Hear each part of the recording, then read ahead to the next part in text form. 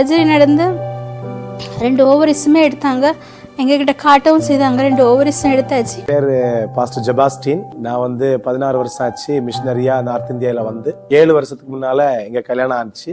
என் wife இது. அவங்க பேர் ஸ்வீட்டி. மேரேஜ் ஆன அந்த டைம்ல இருந்தே நாங்க ஆசைப்பட்டு உங்களுக்கு ஒரு பிள்ளை கிடைக்கணும் அப்படின்னு. அப்போ டாக்டர்கிட்ட போக வேண்டிய வந்து அப்போ டாக்டர்கிட்ட போன போது அவங்க சொன்னாங்க ஓவரியில சிஸ்ட் இருக்குது, அது பழுத்துட்டு இருக்குது, அது உடனே ஆபரேஷன் பண்ணணும். நாங்க நினைச்சோம் ஆண்டவர் அற்புதம் செய்ய மாட்டாரா. பயங்கரமான ஒரு வலியினால ரொம்ப கஷ்டப்பட்டாப்ல. பக்கத்துல உள்ள ஹாஸ்பிட்டல கொண்டு போனது அவங்க கேன்சர்னே சொல்லிட்டாங்க. வெள்ளூருக்கு கொண்டு போய் அதை ஆபரேஷன் பண்ண போது 2 ஓவரிஸையும் அவங்க ரிமூவ் பண்ணிட்டாங்க.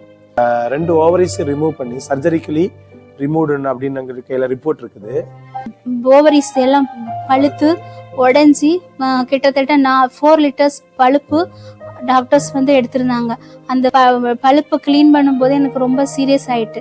நான் வந்து ரொம்ப கோமா ஸ்டேஜ்ல போற அளவுக்கு ஆயிட்டேன். ஆனால் டாக்டர்ஸ் அப்பவும் எனக்கு டைம் கொடுத்தாங்க. இந்த பிழைக்க மாட்டா இவங்க கிட்ட சொல்லிட்டாங்க. சர்ஜரி நடந்துச்சு. சர்ஜரி நடந்து 2 ஓவரிஸுமே எடுத்தாங்க. எங்ககிட்ட காட்டவும் செய்தாங்க. அங்கிள் ஜவஹர் சாமுவேல்கிட்ட நாங்க மீட் பண்ணோம். அவங்க எங்களுக்காக ப்ரேயர் பண்ணாங்க. ப்ரேயர் பண்ணிட்டு கவலைப்படாதீங்க, ஆண்டவர் உங்களுக்கு அற்புதம் செய்வாரு, அடுத்த தடவை நாங்க வரும்போது கட்டாயம் பிள்ளை இருக்கும் அப்படின்னு. என் மனசுக்குள்ள ஒரு டவுட்டு, இவருடைய வாழ்க்கையில என்னெல்லாம் சம்பவிச்செல்லாம் சொன்னா சொல்லியிருக்க மாட்டாரு.